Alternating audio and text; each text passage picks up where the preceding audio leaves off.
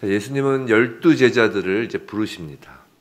이 12, 10이라는 수는 이스라엘 12지파에 상응하는 것이죠. 그래서 옛 종교 체계와 이제 예수님의 메시지를 근거한, 예수님이 오시고 나서 메시지를 근거한 그 새 체계, 새 신앙 체계, 그 상의 그 연속성을 보여줍니다. 끊어진 것이 아니라는 거예요. 자, 예수님은 제자들을 파송하기 전에 먼저 그들에게 권능을 주십니다. 권능은 참으로 중요합니다. 권능이 없으면 아무리 잘 배운 이론과 지식도 무력하고 효과가 없습니다. 이 권능은 고함을 지른다고 생기는 것도 아니고 박사학위를 받는다고 되는 것도 아니고 화려한 가운, 화려한 언변을 우리가 한다고 해서 생기는 것도 아닙니다. 권능은 오직 예수님께로부터 옵니다. 그래서 우리는 기도를 하여야 합니다. 기도 외에는 달리 방법이 없기 때문입니다. 자, 예수님이 제자들에게 주신 권능은 크게 두 종류였습니다. 하나는 귀신을 쫓아내는 권능이고 다른 하나는 병을 고치는 권능입니다. 귀신을 쫓아내는 권능이 그런데 먼저 나옵니다. 영적 전쟁을 치르는 일이 우선이라는 것입니다. 우린 이 땅에서 벌어지는 일들에 그 영적 배후가 있음을 알고 있습니다. 영적 문제가 해결되지 않고 이 땅의 일에 몰두하는 것만큼 공허한 것이 없습니다. 제자들은 예수께서 주신 귀신을 쫓아내는 권능으로 영적 전쟁을 치르는 자들입니다. 지금도 마찬가지이고 우리도 마찬가지입니다. 이런 능력과 권능이 꼭 사도들 시대, 초기 교회 시대에만 제한되어야 할 이유는 없습니다. 이런 귀신들의 활동과 또 각종 그 병의 그 위세가 오늘날 줄어들었다고 보기 어렵습니다. 또한 살아계신 주님께서는 지금도 천지 만물을 그의 능력으로 다스리시며 참 믿음으로 구하는 자들에게 그 능력 베푸시기를 원하십니다. 상황이 이전보다 더 좋아진 건 없습니다. 예수님의 능력도 예수님의 살아계심도 변한 것은 없습니다. 누구든지 주님을 진실하게 믿으며 하나님의 영광을 위하여 간절히 기도하면 하나님께서 능력을 베풀어 주십니다. 권능을 주십니다. 이 새벽에 우리가 간절히 기도할 때 하나님께서 능력 주시기를 주님의 이름으로 축원합니다. 오늘 본문을 통해 이제 12제자에 대해서 좀 중요한 사실 몇 가지를 깨닫길 원합니다. 첫째로 그 권능을 받은 제자들은 뭐 특별한 사람들이 아니었습니다. 평범한 사람들입니다. 제자들의 평범성입니다. 그들 대부분은 부자도 아니고 학력이 높아 화려하지도 않았으며 사회적으로 우월한 지위에 있지도 않았습니다. 그들은 일상의 평범한 일에 종사했으며 특별한 교육도 받지 않은 평범한 사람들이었습니다. 예수께서는 지금 무엇을 하고 있는 사람인지를 보시는 것이 아니라 그들을 무엇으로 다시 만들어 나갈 수 있는지를 보시는 것입니다. 예수께서는 그들이 무엇을 했는지를 보고 선택하신 것이 아니라 그들이 예수의 능력 안에서 장차 무엇을 해 나갈 수 있는지를 보시고서 그들을 선택하신 것입니다. 신약 성경은 제자들에 대해 그다지 많은 자료를 제공하고 있지 않습니다. 하물며 세상의 역사서에는 12제자의 이름이 아예 나오지도 않습니다. 성경도 그렇게 많은 자료를 제공하고 있지는 않아요. 12제자들이, 그러니까 가룟 유다를 이제 나중에 대체한 그 제자까지 포함해서, 가룟 유다는 이제 중간에 빠졌으니까요. 그 제자들에 대해서 신약 성경이 그렇게 많이 얘기하고 있지 않습니다. 그죠?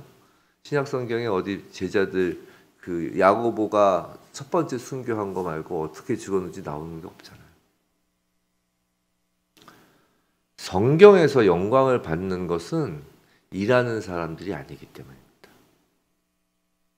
하나님 나라의 일 그 자체를 성경에서 드러내고자 하는 것이기 때문이에요.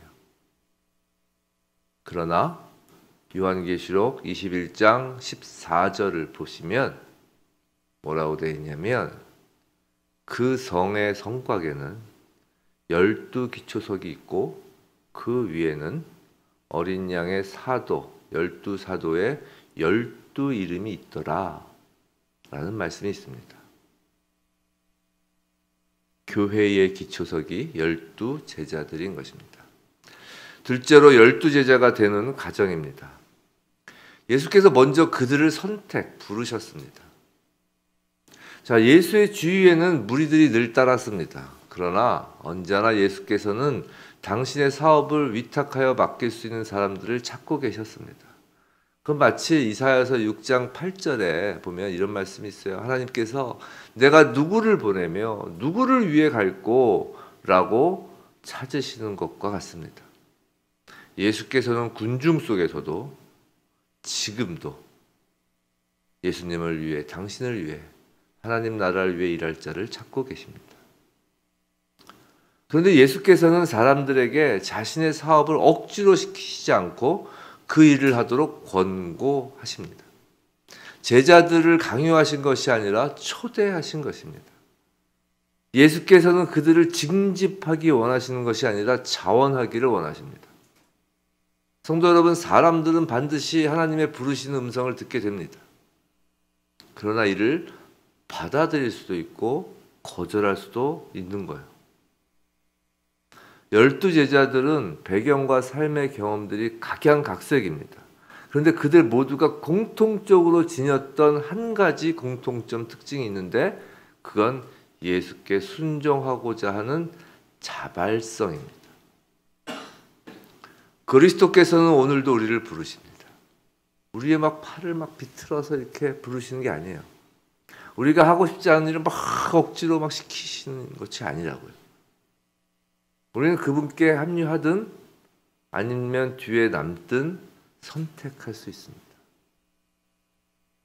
자기를 따르라고 그리스도께서 우리를 부르실 때 어떻게 응답할까?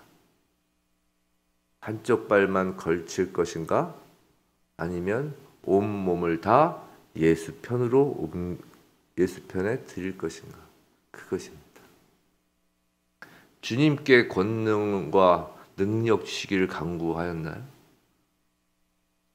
그렇다면 주님의 부르심에 전심을 드리고자 하는 결단을 이 새벽에 하는 저와 여러분에게 주님의 이름으로 축원합니다. 자, 세 번째로 오늘 본문의 병행 본문, 제가 아까 읽어드린 그 마가복음 3장 14절에서는 12를 세웠다라고 표현합니다. 그래서 세운다로 번역된 말은 공직에 임명한다는 의미입니다. 예수님은 왕이십니다. 왕이 강료들과 장군들을 임명하고 임무를 맡기시는 것입니다. 우리가 예수 그리스도의 일에 봉사하는 것이 아니라 그 일을 위해 임명받은 것입니다. 하물며 이번에 정부 구성하자 조금 있으면 인수위원 하잖아요. 하물며 이 땅 위에 한 나라의 대통령 또는 왕에게서 어떤 직책, 그런 장관, 인수위원 그런 걸 임명받았다고 해도 자부심이 크고 어깨가 으쓱으쓱할 텐데 만유의 왕이신 예수님이십니다. 우리 마치 우리가 주님을 위해 엄청난 헌신과 희생을 한다고 생각하지만 예수가 왕이심을 잊지 않는다면 그건 헌신과 희생이 아니라 기쁨과 희열에 차서 임명을 받는 것입니다. 네 번째로 이제 병행 본문인 마가복음 3장 14절에서 예수님은 제자들을 예수와 함께 있도록 하기 위해 선택하셨다고 합니다. 성도 여러분, 제자들은 이 세상에서 예수의 일을 하기 전에 먼저 예수의 임재 안에 있어야 합니다. 제자는 그리스도의 임재에서 시작하여 세상으로 나가는 사람들입니다. 그리스도의 임재에서 나온 사람이 아니라면 그리스도의 일을 할 수 없습니다. 왜냐하면 제자들은 예수 그리스도를 알리라고 세상에 보냄받은 그리스도의 대사이기 때문입니다. 그리스도의 전령자이기 때문이죠. 우리는 우리의 의견이나 우리의 생각, 우리의 관점을 알리려고 사람들에게 보냄을 받은 것이 아니라 예수의 임재에서부터 나온 하나님의 메시지를 선포하려고 보냄을 받은 것입니다. 우리가 가끔 착각하는 게 예수에 관한 우리의 생각을 전하는 것이 아닙니다. 예수 그 자체를 전하는 거예요. 그러기 위해서는 예수 임재가 우리에게 있어야 하는 것입니다. 우리가 예수 안에 있어야 되는 거예요. 우리의 생각, 기독교에 대한 의견, 교회에 대한 관점, 이것을 전하는 것이 아니라 예수를 전하는 것이고 십자가를 전하는 것이고 교회 자체를 전하는 거예요. 마지막으로 다섯째, 예수의 12 제자들은 오늘 기록된 자 중에 가룟 유다를 제외하고 모두가 순교를 하였습니다.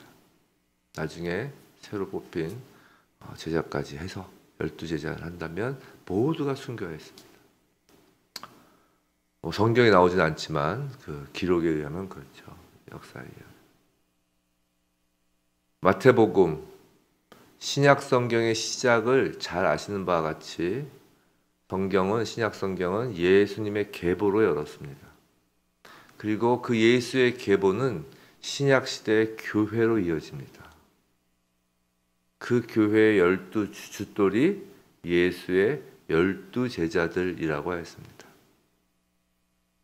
예수 그리스도의 십자가 보혈 그 위에 그것을 이어서 흘린 예수 그리스도의 제자들 그 순교의 피 위에 교회가 세워지는 것입니다. 반석 대신 예수 그리스도의 십자가 보혈 그 기초 위에 순교자 12 사도들의 순교자의 피가 뿌려지고 그 위에 세워진 것이 교회인 것입니다. 생각해 보십시오. 평범한 사람들이 예수의 권능을 받아 예수의 부르심에 따라 하나님 나라의 대사로 임명받고 예수의 그 보혈 안에 그 피가 담기는 것입니다. 피는 생명을 의미합니다. 예수의 보혈 안에 피가 담긴다는 건 예수 안에 생명을 얻었다라는 것입니다. 성도 여러분, 교회는 그리스도의 보혈에 담겨 있는 것입니다.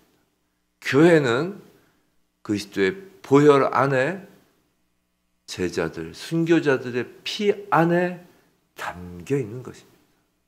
예수의 생명 안에 담겨 있고 또 예수의 생명 안에 담겨 있는 그 순교자들의 생명 안에 담겨 있고 그 안에 있는 것이 교회이고 교회의 생명은 바로 피입니다. 예수의 보혈 안에 담긴 그 사람들, 예수 안에서 생명을 얻은 사람들을 하나님은 교회라고 하십니다.